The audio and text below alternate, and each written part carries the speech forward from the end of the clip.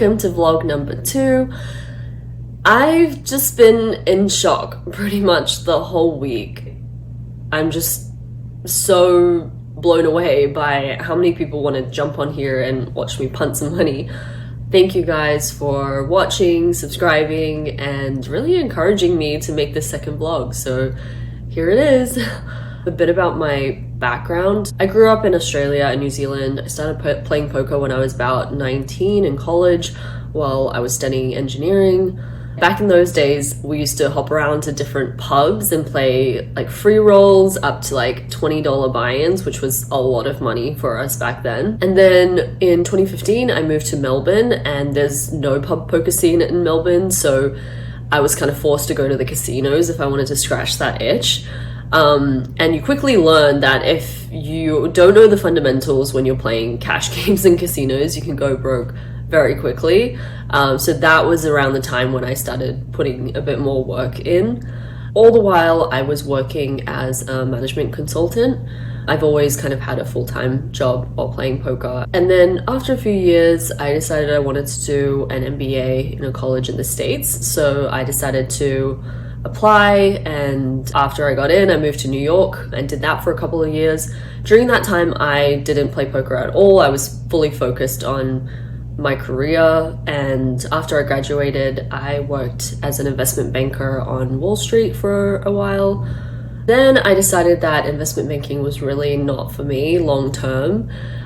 So I decided to join a late stage startup, and it's definitely been the best job I've ever had. I absolutely love it. But during the time where I was like in between jobs for 2 weeks, I saw that my friend had posted on her Instagram that she was playing a poker tournament in Florida, and I was like, that looks like fun. So I flew over there and played some side event and cashed it, I think, but what it really did was reignite my love for poker. So when I went back to New York, I thought, well, I don't have to live in New York anymore since the startup job is fully remote. So I was like, where can I go where I can play cards on the weekend? Basically that week I flew over here, found an apartment, and then moved all my stuff over. And yeah, I actually came here with $1,400 in cash in my pocket. I set myself a goal of not going to the ATM, so I started back at 1-3 and ran it up. I pretty much play on my own roll, and yeah, I'm just out here working full time and playing poker predominantly on the weekends. So let's get into the vlog.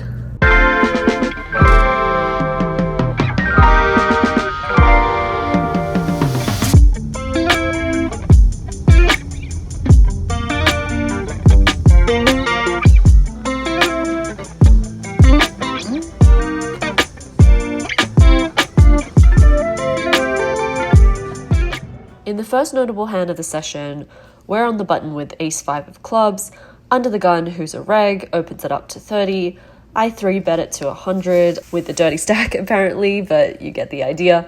He calls, and we're off to a flop of 8-7-6, 2 clubs. We smash the board, but don't quite smash the board, if you know what I mean.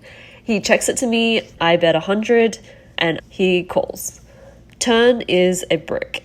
He checks it again, and we go for a bigger bet this time of 400, about the size of the pot, and it gets the job done. I'm joking. I would have called 100 and had a good one. In this hand, we're in the cutoff with ace-8 of diamonds. We raise it up to 30, and the blinds call. Flop is ace, jack, 9, 2 spades.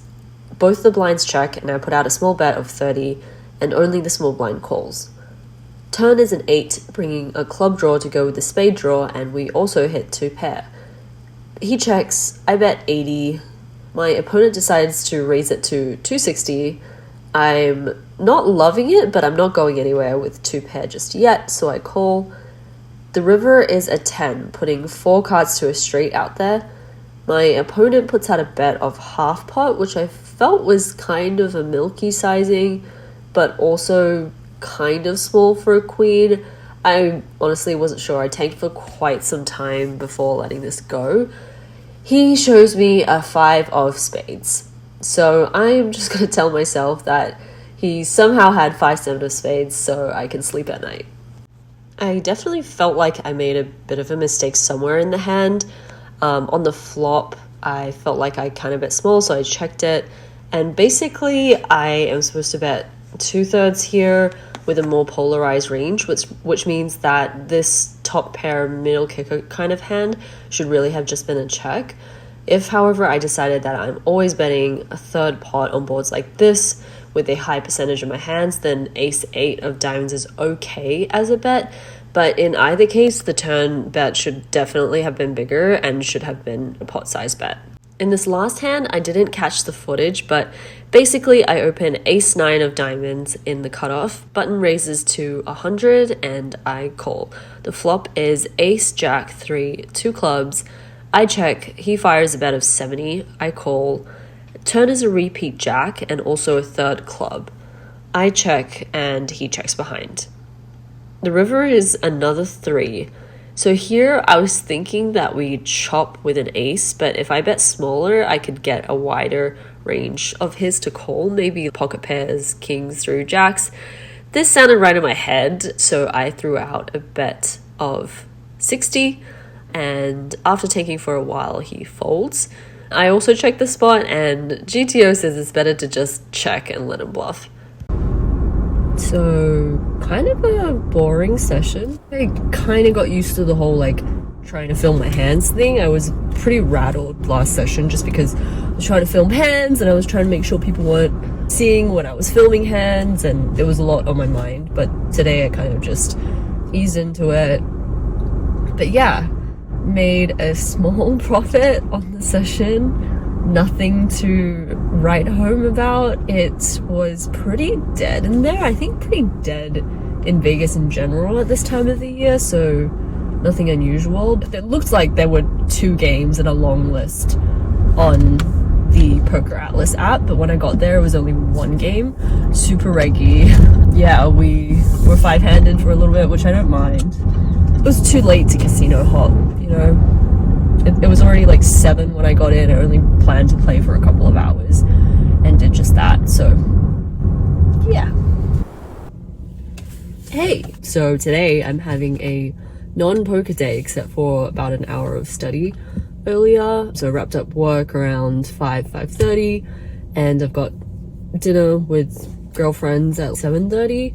Now I'm just running a couple of errands at Target. That's pretty much what is on the plan today. We're going to Korean barbecue, which is always great, and I didn't eat that much today because it's all you can eat, so you know how it is. But yeah, just gonna go in, grab some stuff, hopefully just the stuff that I need, and then I'll be off.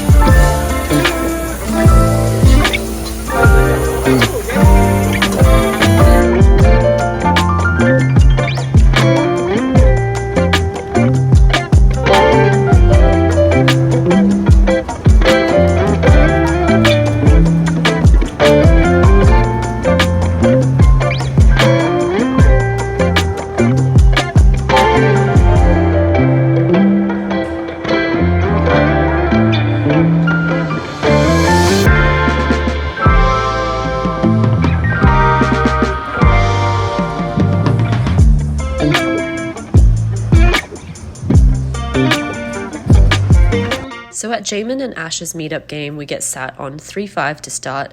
It's not long before we're involved in a bomb pot. We flop top 2 on both boards.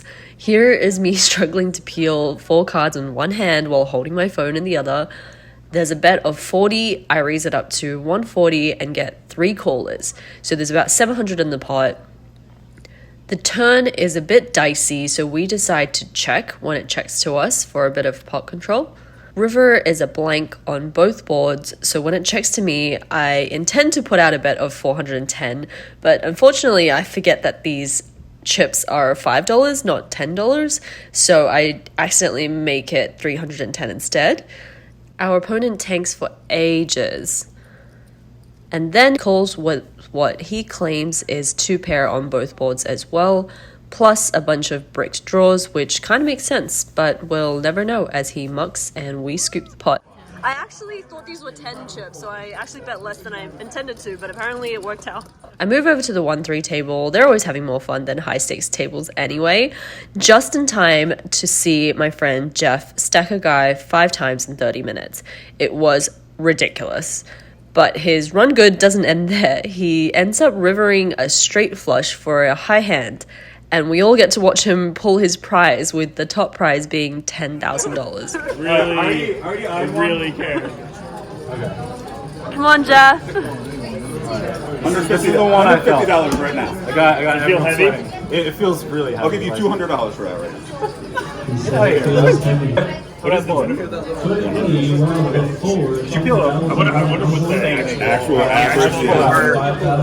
correct like mathematical number for it to be even. I wonder what it would be. All right, let's see it. It's upside down. No, it's okay. Oh. Oh my god. Oh, dollar sign. Oh my. Oh. After that, I drove over to the Wynn to play some 510 with an ante, which is the new format they launched this week. I've only played this format once in my life, so I wasn't quite sure how the ranges work, but I guess you can just open a little bit wider with the extra dead money in the pot and maybe limp a little more from small blind. In this hand, we pick up ace-queen off in the cutoff. We open it up to 30, button 3 bets to 100, and we call. Flop is queen 4 deuce 2 spades. We check, opponent bets 300, which is much bigger than the size of the pot. It's quite big, but we're not folding just yet, so we call and see a turn of the 5 of spades. We check again, and he fires a bet of 150. Very small this time, and honestly at this point, I felt like folding. There's no river cards that will get us out of a tricky situation, but you know, I can't resist a bargain, so here we go. Off to the river, and it's a 6 of hearts. I check, and our opponent goes all in for almost 3x pot. I'll save you the footage of the tanking. I was genuinely thinking of calling here. It goes without saying, it's super polarized. It's either the nut flush or the nut flush blocker only, pretty much. I actually honestly don't know what his bluffing range looks like, but I ended up folding. Our opponent tells me later that he had nothing except the ace of spades, which really just hurt my soul. In this hand, we're in the hijack with king 4 of spades. We open to 30, small blind makes it 130, and I call. Flop is king, queen, deuce, 2 diamonds. Small blind fires for 150, and I call. Turn is the 7 of hearts. This time she decides to check, and we check back. The river is the 10 of diamonds, completing flush draws. Also, ace-jack gets there, so it's not a great card for us. She bets 200, and I really just don't think that there's that many bluffs here, even though it's a small size. I end up folding and showing the king of spades. She shows me the ace of diamonds, which at first made me think I made a really bad fold. But when you really think about it, what offsuit aces does our opponent have that 3 bets in the small blind? Surely nothing lower than ace-jack off, right? So ace-king beats me, ace-queen probably checks the river, and ace-jack is a straight. So, I mean, who really knows? But I did feel a little bit better about my fold after that. In one of my last hands, I pick up jack 7 of spades in the hijack. Usually I'd only open this in the cutoff, but I thought I'd open slightly wider with the ante in play. So I raise it up to 30, and the button, small blind, and big blinds all call. The flop is 9-3, deuce, and we flop a flush draw. The blinds check, and we bet 50. Button folds, and small blind raises it up to 180. There's no real reason to raise here, and we're definitely not folding with a flush draw, so we match the bet. The turn brings in the flush. The opponent checks, and we fire out a bet of 340, but unfortunately aren't able to pick up any value. So that wraps up this week. We made a small profit across 3 short sessions. Overall, a pretty fun week.